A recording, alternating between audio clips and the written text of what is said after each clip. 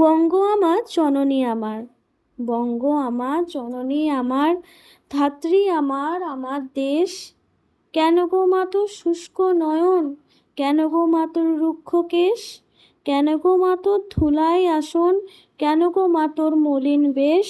৩০০ কোটি সন্তান যার ডাকে উঠছে আমার দেশ।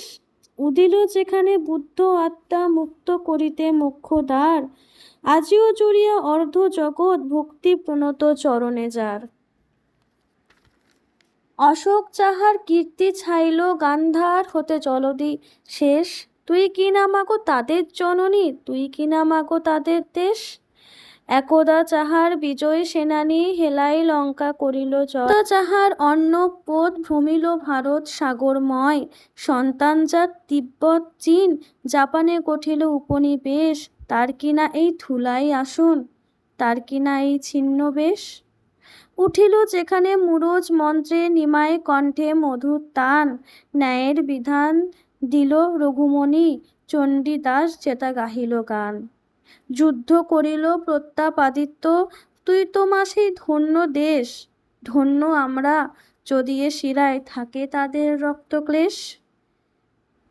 যদিও মাতো দিব্য আলোকে ঘিরে আছে আজ আধার ঘোর, কেটে যাবে মেঘ নবীন গরিমা ভাতিবে আবার ললাটে তোর।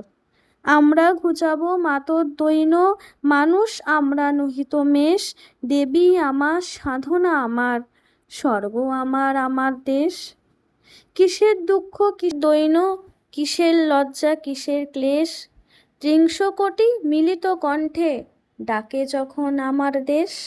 লেখা দ্বিজেন্দ্রলাল রায়।